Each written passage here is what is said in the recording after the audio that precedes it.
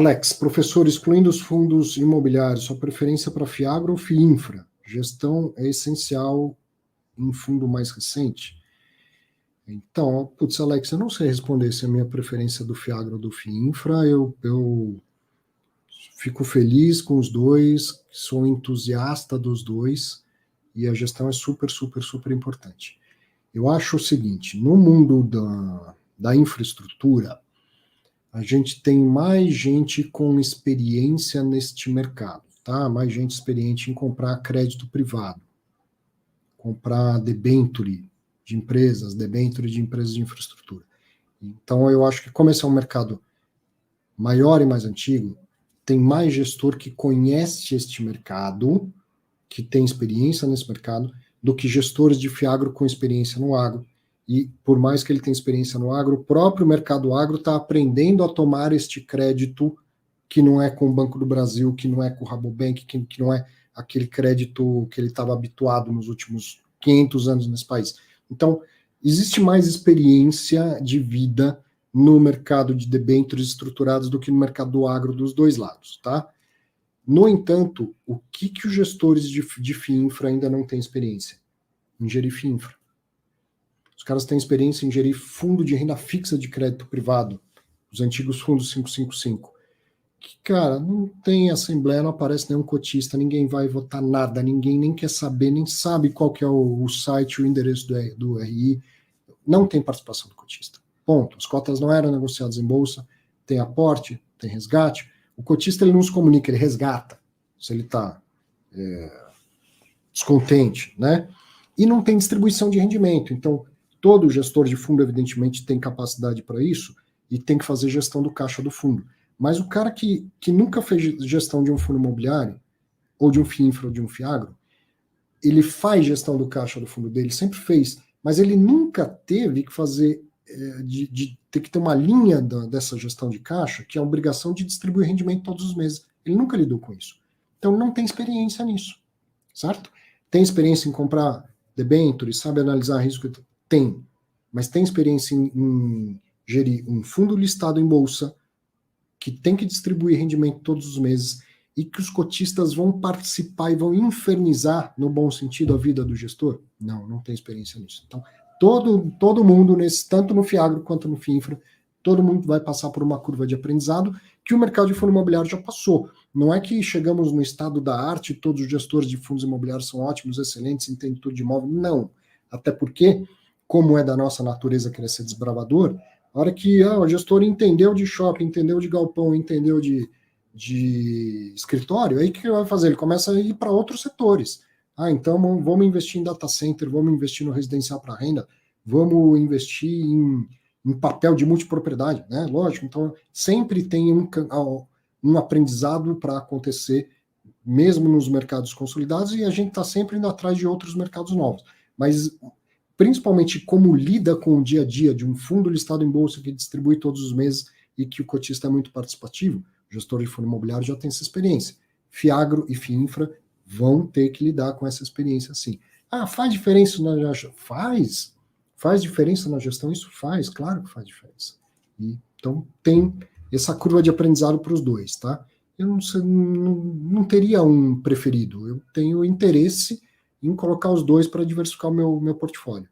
Por enquanto, pus FIINFRA, mas ainda vou ter algum FIAGRO lá.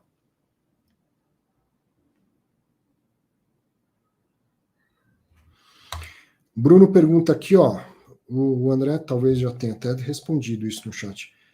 Sobre aquela possibilidade de chamar para aportar que o Bassi comentou, seria no FIP-IE. Teria essa possibilidade no FIINFRA? Obrigado. Bruno, num fundo imobiliário eu consigo dizer sempre para você, não tem essa possibilidade, porque tem uma lei 8668 que diz que não. Num FIINFRA, pode ter? Sim, pode ter. Se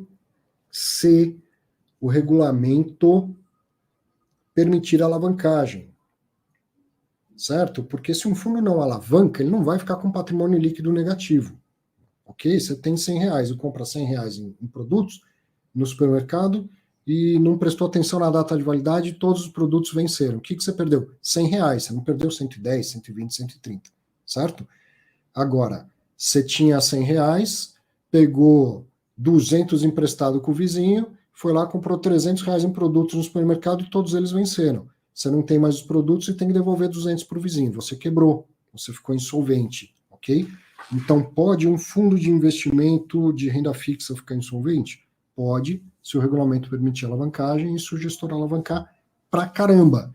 E se ele fizer isso e o fundo ficar com patrimônio líquido negativo, você pode ser obrigado a aportar? Sim, pode ser obrigado a aportar, tá? O FIINFRA, ele é regulamentado pela instrução, a antiga instrução CVM 555, que agora vai passar a ser uma resolução que trouxe mudanças importantes para esse mercado. Mas não tem no FIINFRA, em nenhum outro fundo, aquela trava da lei, tem no FIAGRO, né? Aquela trava da lei que está na lei dos fundos imobiliários e do FIAGRO, dizendo que o cotista não pode ser chamado a nada além do que pagar pelas cotas que subscreveu. Então, sim, pode acontecer. Mas é muito, muito pouco provável disso acontecer, até porque o regulamento teria que permitir uma alavancagem muito grande, certo?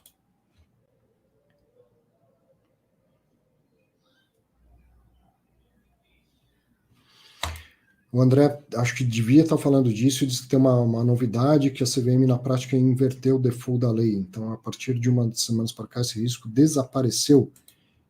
Talvez eu chegue lá, André, que tem muita mensagem aqui, mas se não, explica de novo, se é que a gente está falando da mesma coisa. Né?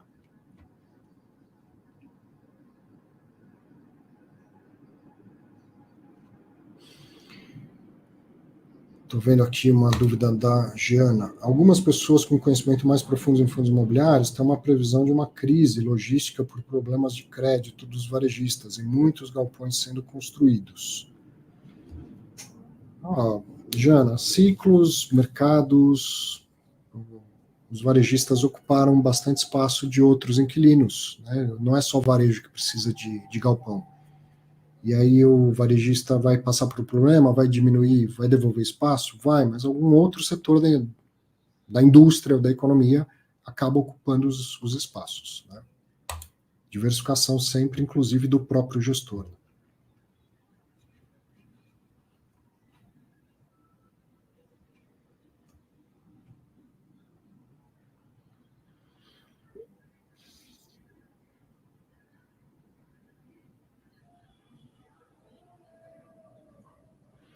Procurando aqui se tem mais alguma pergunta.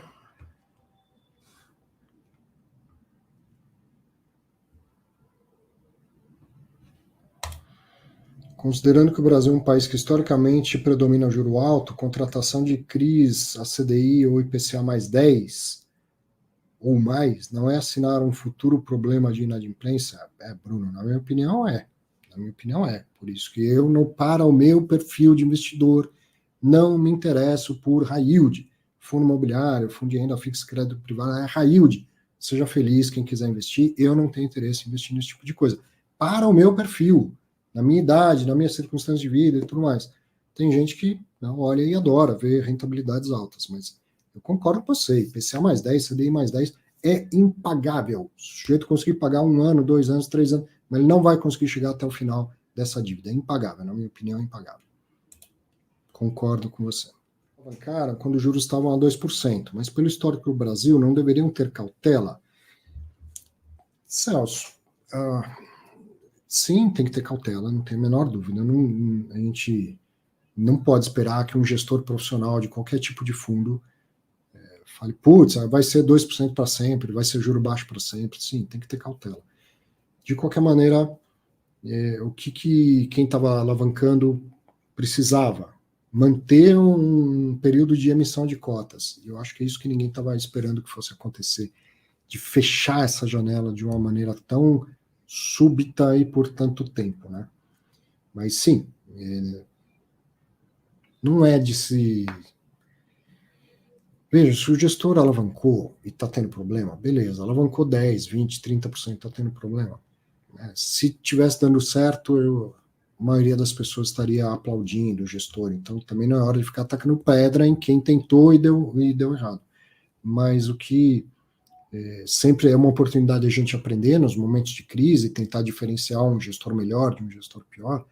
Assim, o que ele está passando era algo que ele contou que só só ia continuar acontecendo o cenário bom, o cenário favorável. Então, isso é algo da gente torcer o nariz, né? O gestor, ele tem que saber que as coisas mudam e que tem um cenário desfavorável que ele tem que considerar. Considerou e o cenário foi ainda pior, cara, isso é da vida. Isso é da vida. Falamos bastante ontem, inclusive, porque a gente está falando basicamente de crédito, né, lá no Clube Fim Entrevista. O gestor de crédito, quando ele analisa uma empresa antes de dar um crédito, ele não faz análise se a empresa vai aumentar o fluxo de caixa dela. Não faz análise se a empresa vai dar mais lucro. Isso não interessa. Não interessa porque ele está emprestando dinheiro, ele não vai participar do lucro. Aí ele pega lá o fluxo de caixa da empresa hoje, dá um Ctrl+C, Ctrl+V e faz um fluxo de caixa. 7, 10, 15 anos, depende do prazo da dívida. Projeta algo para melhora? Não, ele não perde esse tempo. O que ele faz? Se a empresa permanecer exatamente igual nos próximos 10 anos, ela tem condição de me pagar? Tem, então tá bom. Então, chegando próximo de eu poder emprestar dinheiro para esse cara. Se, ao invés de permanecer igual, ela piorar 10% na geração de caixa dela, ela consegue me pagar?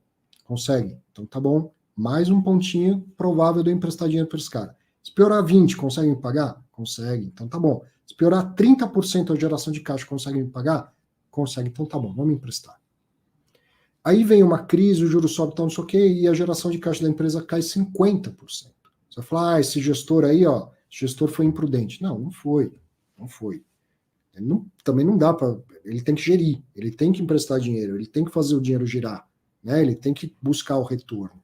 Então, comprar um imóvel, ainda que seja com uma alavancagem, naquele cenário a alavancagem tem carrego positivo, o inquilino é bom, o risco de tomar um calote é pequeno. Veja bem, mesmo no caso do que a gente está vendo aí do XPPR, as dívidas estão funcionando direitinho, né?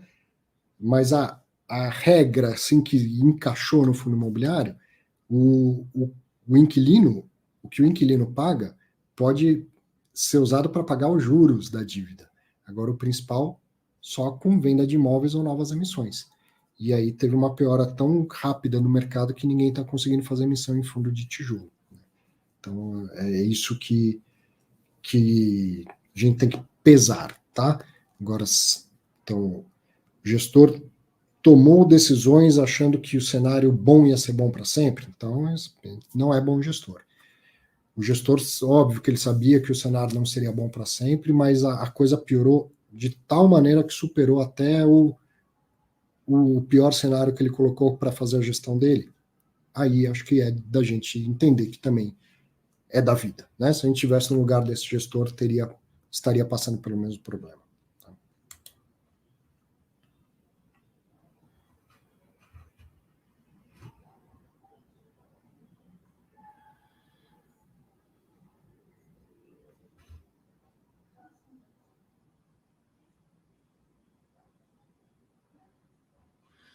Super oferta de galpões. Estou vendo aqui os comentários, perguntas e tal.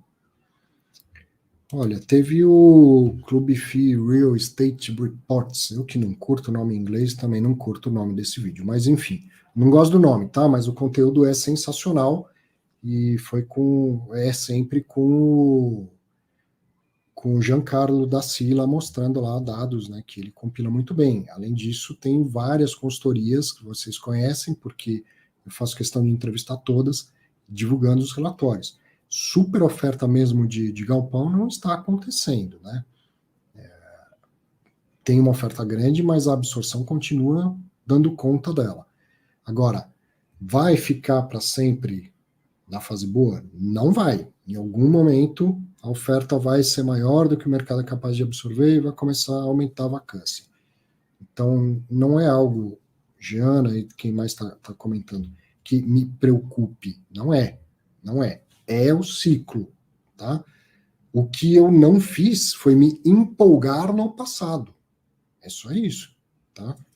E aí você olha lá a bolinha do ciclo das consultorias, ninguém fala que está muito próximo de virar, mas também não é difícil saber exatamente onde está.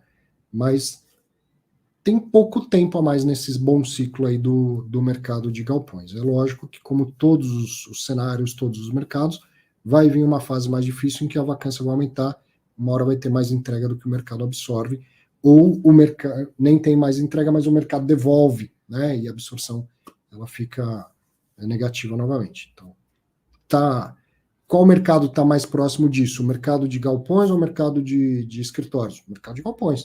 O mercado de escritórios ele está tentando sair dessa super oferta que começou em 2013, 2014, por aí, certo?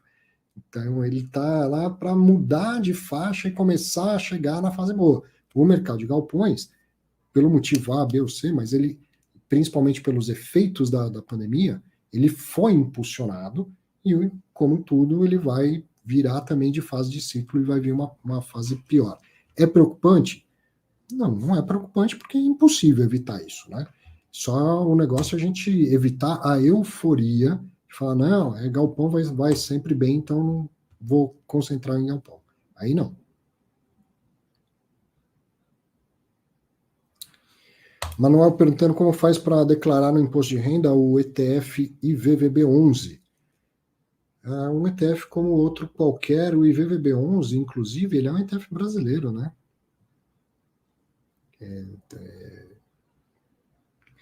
Eu sempre faço um resuminho, tá? E divulgo nas redes sociais, vou fazer novamente. Mas nesse caso, o IVVB11 é um ETF brasileiro, é um fundo de investimento.